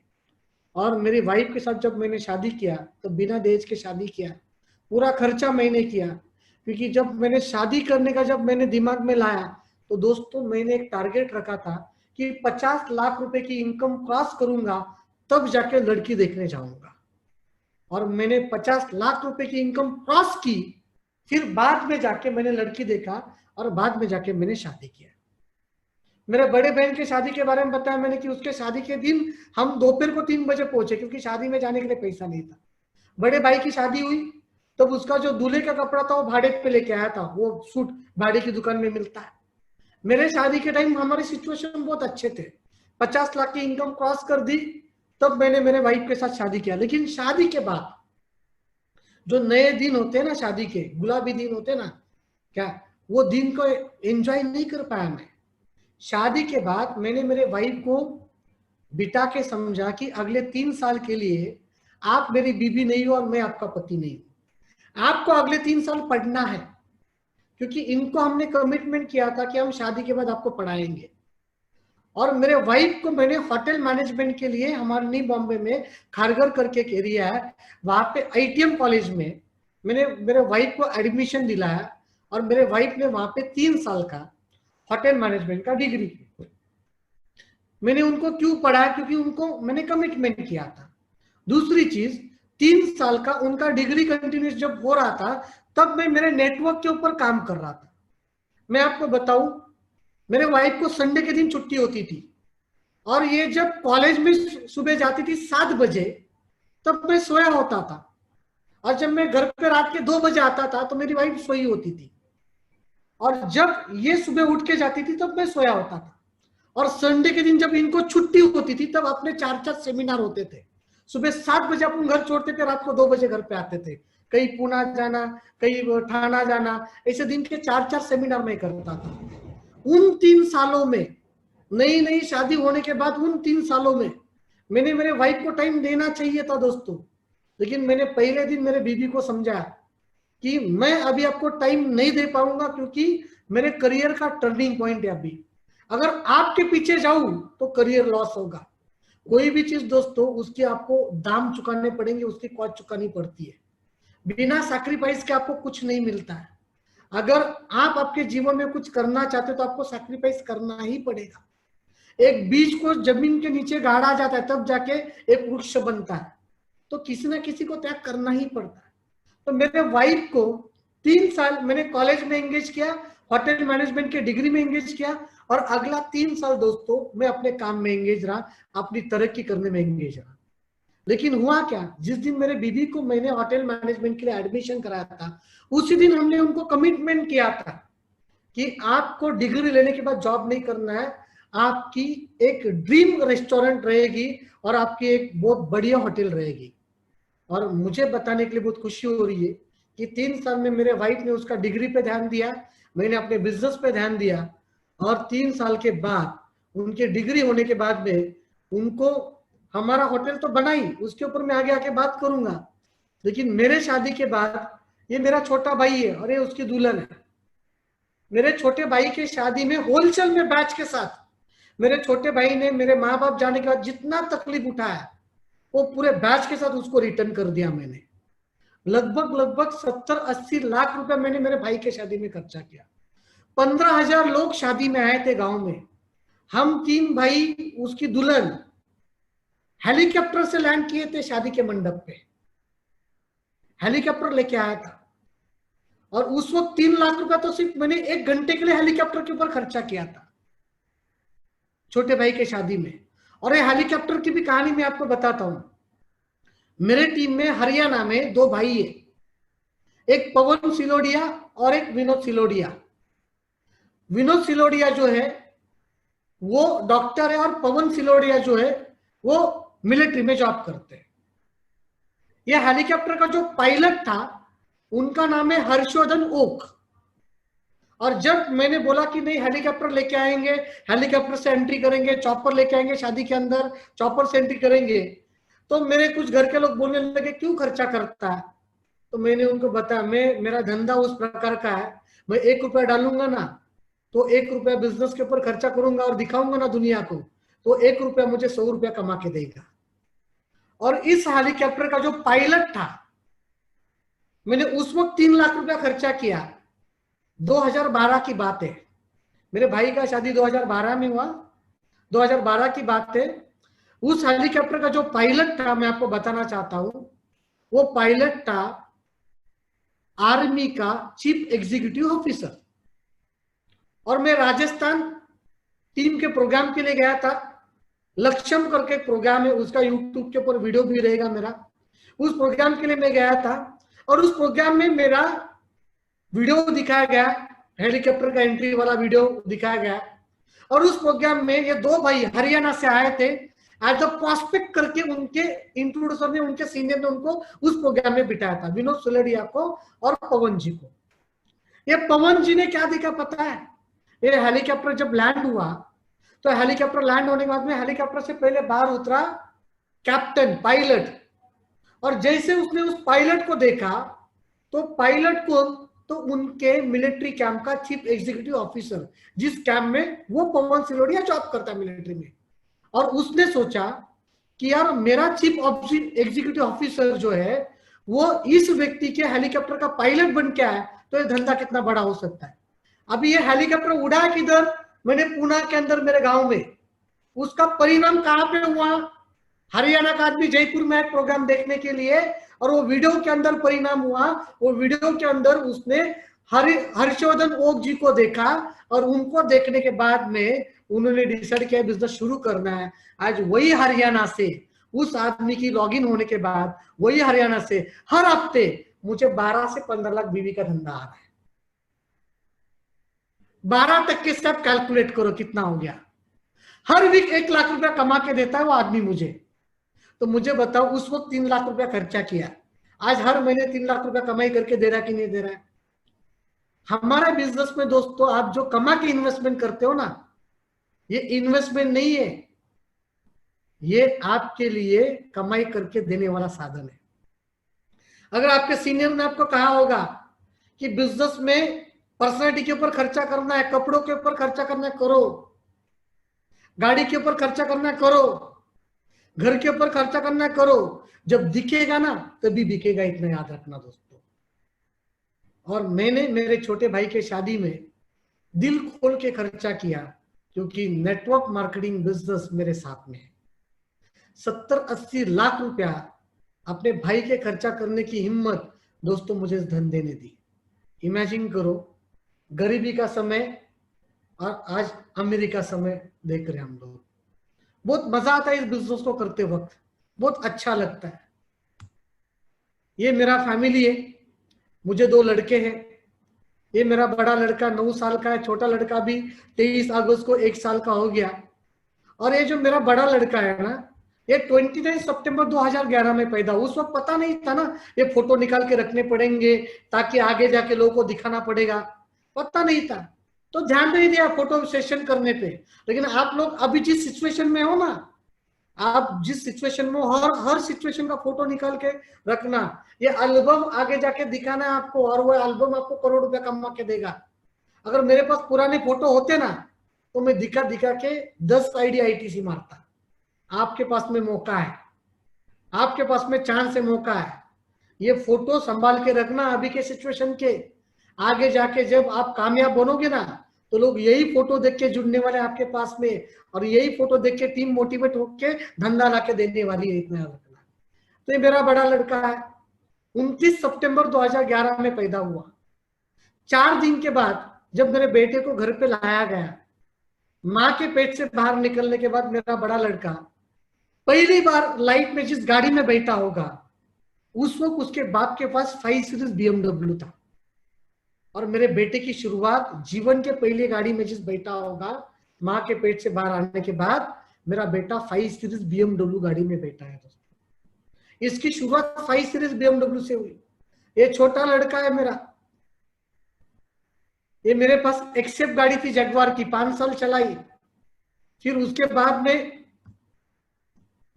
ये मेरा छोटा लड़का है, ये जिस दिन पैदा हुआ 23 अगस्त 2019 में, ये मेरी बड़ी बहन आगे लेके गोद में बैठी है।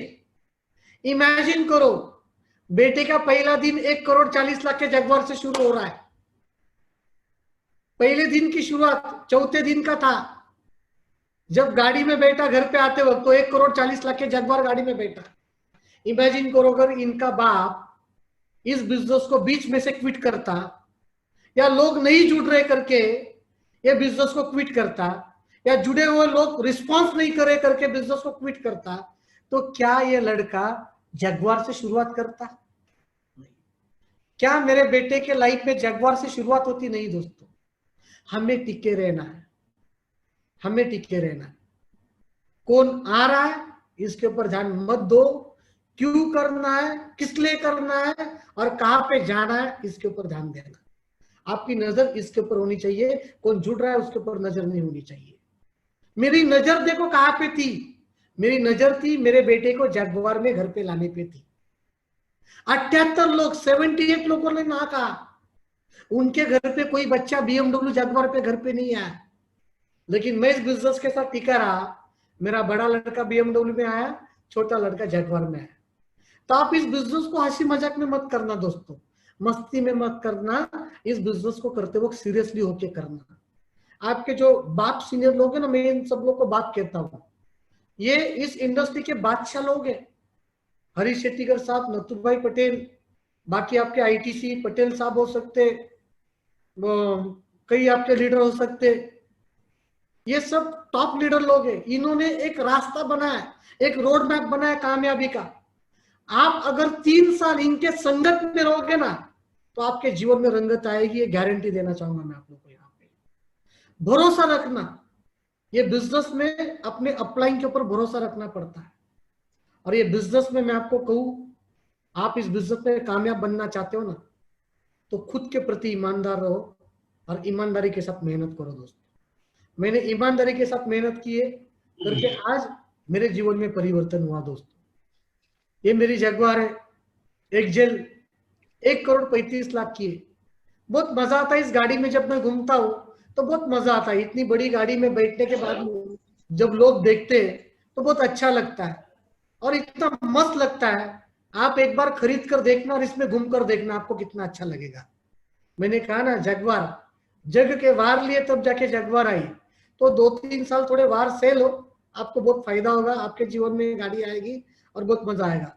ये मेरा बड़ा लड़का है, बहुत अच्छा फुटबॉल खेलता है। अभी 30 जनवरी को हम लोग दिल्ली गए थे, इंटरनेशनल टूर्नामेंट खेल के आए। मार्च महीने में हम लोग दुबई और स्पेन जाने वाले थे खेलने के लिए, लेकिन एक कोरोना के चक्कर मेरा लड़का और हम दुबई और स्पेन जा नहीं पाए क्योंकि लॉकडाउन था। अभी 8-9 साल का मेरा लड़का है। 9 साल की उम्र में वो जिस तरीके से फुटबॉल खेलता है बहुत मजा आता है दोस्तों। लेकिन आपको पता है मेरे बच्चे के अंदर फुटबॉल खेलने का टैलेंट है, लेकिन उस टैलेंट को बाहर निकलने के लिए उसका बाप महीने का 50,000 उसके फुटबॉल के ऊपर खर्चा करता है। 3-3 कोच मेरे लड़के को सिखाते हैं फुटबॉल कैसे खेलना है।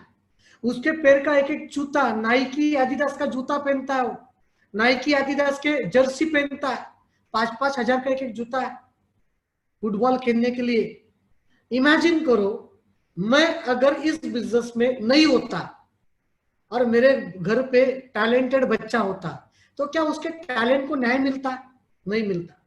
हमारे हर एक व्यक्ति के घर पे बच्चे होते हैं, लड़के होते हैं, और उनके अंदर इनबिल्ट टैलेंट होता है, लेकिन उनके टैलेंट को बाहर निकालने के लिए बाप की जेब गर्म होना बहुत जरूरी है। और मेरे बेटे को मैं हर वो फैसिलिटी देता हूं जिससे उसका फुटबॉल का गेम अच्छा हो, जिससे उसे फुटबॉल के करियर में उसका फ्यूचर हो। और 3-3 कोच रहते हैं उसको सिखाने के लिए।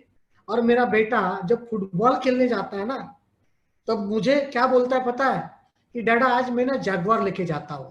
तो एक ड्राइवर, एक संभालने वाला आदमी और जैगवार में बैठकर हमारे साथ फुटबॉल खेलने जाते हैं।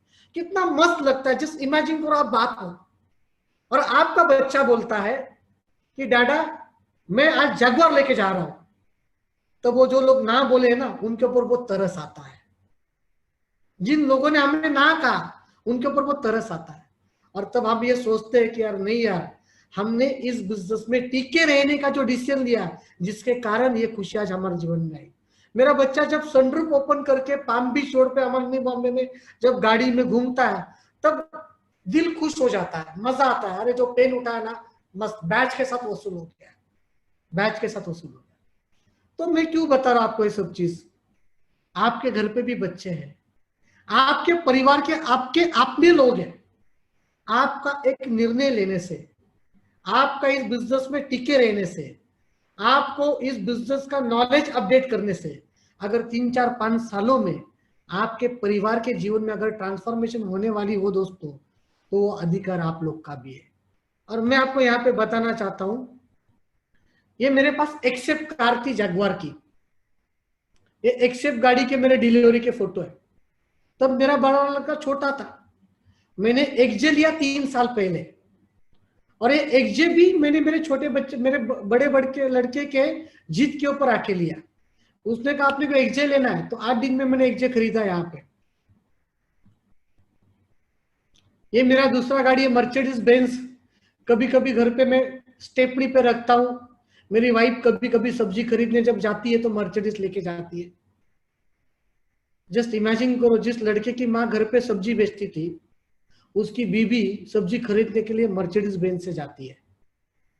ये इस बिजनेस की ट्रांसफॉर्मेशन है, ये इस बिजनेस की ताकत है दोस्तों। तो बहुत मजा आता है इस बिजनेस को करते हो कि मेरा छोटा सा एक घर न्यू बॉम्बे खारघर के अंदर है। फिर मैंने जैसे बताया कि मैंने मेरे वाइफ के लिए एक रेस्टोरेंट बना के दिया। बहुत छोटा रेस्टोरेंट है, 3.5 करोड़ रुपया लगा इसके अंदर। मैंने इसका एक वीडियो आपको मैं छोटा सा दिखाना चाहता हूँ यहाँ पे।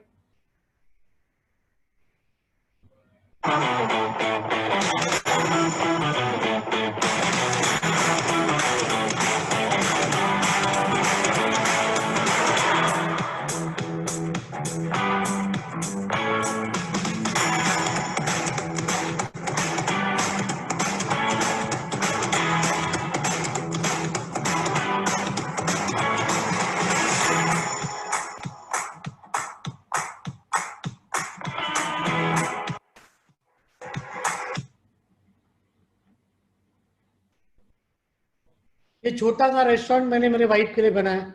लगभग 4,000 स्क्वायर फुट कारपेट में 140 लोग का सीटिंग है हमारे रेस्टोरेंट में।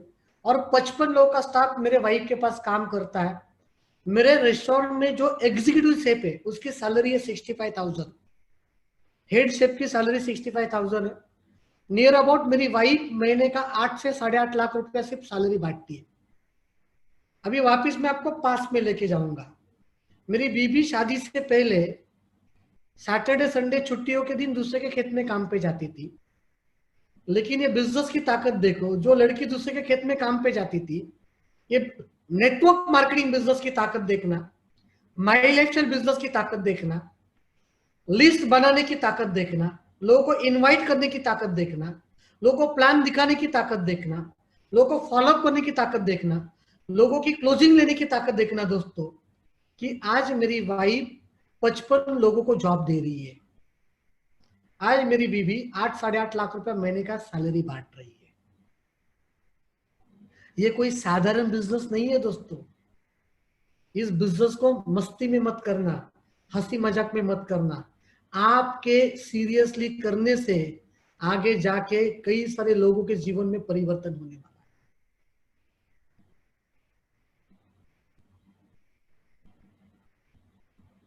फिर अभी लॉकडाउन के पहले मैंने एक छोटा सा प्रॉपर्टी खरीदा, न्यू बॉम्बे एयरपोर्ट के बाजू में ही है, लगभग 32 एकड़ का प्रोजेक्ट है, 3 करोड़ का एक प्रॉपर्टी मैंने खरीदा। तो वो प्रॉपर्टी भी कितना मस्त बनने वाला है, अगले 1.5 साल में मुझे पोजीशन मिलने वाला है उसका भी, वो भी मैं आप लोग को यहाँ पे दिखाना चाहूंगा।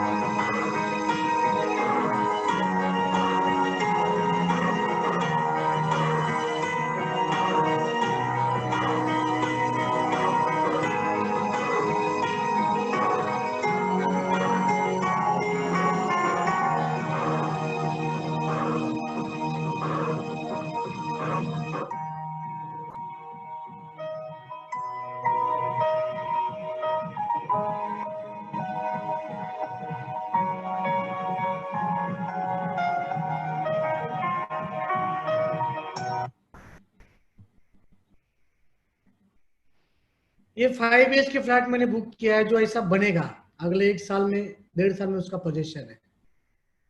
ये अब भी जस्ट रिसेंटली 4 महीने पहले मैंने खरीदा है।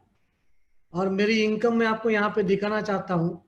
पिछले साल की 18-19 की 1,77,56,000 की है।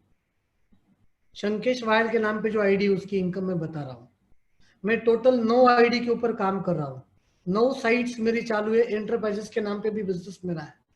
और ये साल का करंट ईयर का भी मैं आपको यहाँ पे इनकम दिखाना चाहूंगा। ये साल का भी 1,65,00,000 रुपए का इनकम मेरा जनरेट हुआ है। मतलब 1-2 साल में एक 9 पास पढ़े हुए लड़के का इनकम करीब करीब एक नाम पे, एक पैन कार्ड के ऊपर 3 करोड़ से अधिक, 3.25 करोड़, 3 करोड़ 30 लाख की इनकम हो सकती है।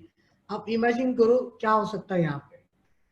साल का इनकम मैं अगर आपको बताऊं तो मेरी सारी आईडी मिला के मेरे परिवार में 2.5 करोड़ रुपए एक साल में आता है।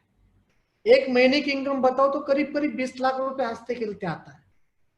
मतलब एक 9 पास पढ़े हुए लड़के के लाइफ में 20 लाख रुपए महीने का आ सकता है। तो आप सभी लोग मेरे से तो बढ़िया प्रोफाइल वाले लोग हो सकते, बढ़िया क्वालिफिकेशन वाले लोग हो सकते, आपके लाइफ में भी आ सकता है दोस्तों। फिर यहाँ पे मैंने मई महीने का मेरा लॉकडाउन मंथ का इनकम मैं आपको यहाँ पे दिखाना चाहता हूँ। पहले 3 वीक में मेरी इनकम जो आई वो यहाँ पे मैंने दिखाई है, 3 वीक की इनकम।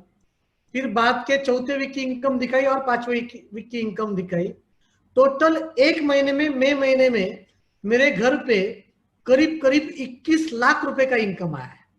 21,89,000 का एक महीने का इनकम आया। आप इमेजिन करना, मई महीना था, पूरा लॉकडाउन था, और मई महीने में जूम मीटिंग, डिजिटल प्लेटफॉर्म की वजह से घर के अंदर ही बैठा था, कहीं पे फील्ड के ऊपर नहीं था, जैगुआर भी नहीं निकली, मर्सिडीज भी नहीं निकला, लेकिन 22 लाख रुपया घर में बैठ के आया। और वहीं पे सामने जब मेरा रेस्टोरेंट की बात करता हूं, पिछले 5 महीनों से 3.5 करोड़ रुपया लगाया उसके ऊपर, 1 रुपए की इनकम नहीं, लेकिन इलेक्ट्रिसिटी बिल 5 महीने का लगभग 3.25 लाख रुपया आके पड़ा है। तो धंधा इजी कौन सा, 3.5 करोड़ वाला या फिर 3 आईडी लेके शुरू किया हुआ बिजनेस? दोस्तों, जिस बिजनेस में 3.5 करोड़ लगाया वो धंधा 5 महीने में 1 रुपए का इनकम नहीं दिया। लेकिन जिस बिजनेस को आज से 15 साल पहले 3 आईडी लेके शुरू किया, प्रोडक्ट की खरीदारी करके शुरू किया, सिर्फ समय लगाया, वो धंधा अगर लॉकडाउन जैसे सिचुएशन में भी महीने का 20 लाख रुपया ला के दे सकता है, तो आदमी में ताकत नहीं है, ताकत उस फॉर्मूले के अंदर है। फिर मेरी 3 आईडी जो आईटीसी जो बताई यश साहब ने, यहाँ पे मेरी तीन आईडी की मैं आपको यहाँ पे मैचिंग दिखाना चाहता हूँ। मेरा महालक्ष्मी एंटरप्राइजेस के नाम पे आईडी होगा, आप रैंक अश्योर में जाके देखना, आईटीसी करके रहेगा, उसका लगभग 20 करोड़ का मैचिंग हुआ है।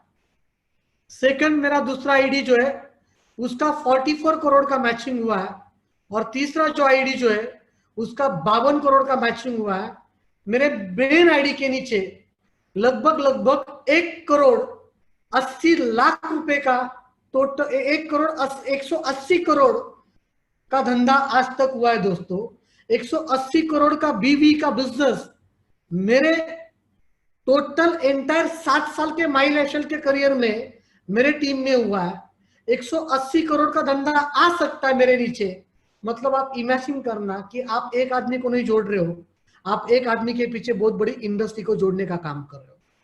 ये जो बिजनेस है ना दोस्तों, आपने कभी बचपन में एक सीरियल आती थी, कभी देखी आपने सीरियल अलिफ लैला? उधर अलादीन करके एक व्यक्ति होता है कैरेक्टर, और वो अलादीन को एक चिराग मिलता है, चिराग। वो चिराग जब घिसता है ना तो चिराग से जीन बाहर आता है, और जब जीन बाहर आता है चिराग से, तो जीन अलादीन को क्या पूछता है, क्या हुक्म है मेरे आका?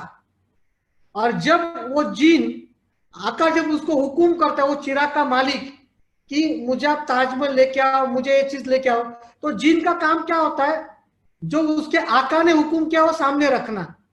दोस्तों, हमारा जो डाउनलाइन है ना, वो जादू का चिराग है। उसे 2 साल 3 साल 4 साल घिसो, 2 साल 3 साल 4 साल घिसने के बाद उसमें से एक लीडर बाहर निकलेगा। और जब वो लीडर बाहर निकलेगा ना, तो लीडर आपको आके पूछेगा, सर आपको सीलिंग मारना है, बोलो कौन से वीक में मारना है। आज मेरे जो अपलाइन है उनके प्रोस्पेक्ट लिस्ट में मैं नहीं था। मैं हमेशा कहता हूं, हरीश शेट्टीकर साहब हमेशा कहते हैं कि अपना लिस्ट जो है वो एक्सपेरिमेंट करने के लिए होता है। हमारे नीचे वो लोग आके काम करने वाले जो हमारे लिस्ट में कभी होते ही नहीं है। और आज मैं मेरे अपलाइन के एक साइड में हूं, और मेरे अपलाइन के दूसरे साइड में किशोर आयरे साहब, जो नासिक के ट्रिपल आईडी आईटी से भी जीटीसी बन गए। इमेजिन करो, वो अलादीन का चिराग जो है ना, वो घिसने का काम हुआ हमारे ऊपर, और वो चिराग से जीन बाहर निकला है। इमेजिन करो दोस्तों कि हम हमारे अपलाइन के प्रोस्पेक्ट लिस्ट में से नहीं थे, लेकिन नीचे लेवल तक अच्छे लोग जब आते हैं ना, तो ऊपर वाले व्यक्ति का कब करियर बनता है पता ही नहीं चलता है। वो आपने करण अर्जुन पिक्चर देखा ना, मेरे करण अर्जुन आएंगे, ये बिजनेस में भी टीके रहे ना, आपके करण अर्जुन आएंगे। आज 1 वीक का मेरा बिजनेस, एवरेज बिजनेस जो आता है, एवरेज बीवी आता है, वो 1 करोड़ 40 लाख, 1.5 करोड़ बीवी का 1 वीक का बिजनेस आता है। हमारे क्रॉस लाइन किशोर आयरे साहब, उनका भी बिजनेस 1.5 करोड़ 1.25 करोड़ का आता है। अगर आपके नीचे ये चिराग को घिसने से, अगर आपके नीचे इस चिराग को घिसने से दोस्तों एक किशोर आयरे और एक शंकेश वायल आएगा, तो 2,10,000 बाई डिफॉल्ट आपके लाइफ में आएगा। हमें करना क्या है, हमें हमारे डाउनलाइन को घिसने का काम करना है। और जिस प्रकार से हमने इस बिजनेस में पिछले 15 सालों में क्या किया, तो पेशेंस रखा, बाकी कुछ नहीं किया, और पेशेंस रख के काम किया। परिणाम क्या हुआ दोस्तों, पेशेंस रखने से आज हमारा कारवा आगे बढ़ता गया।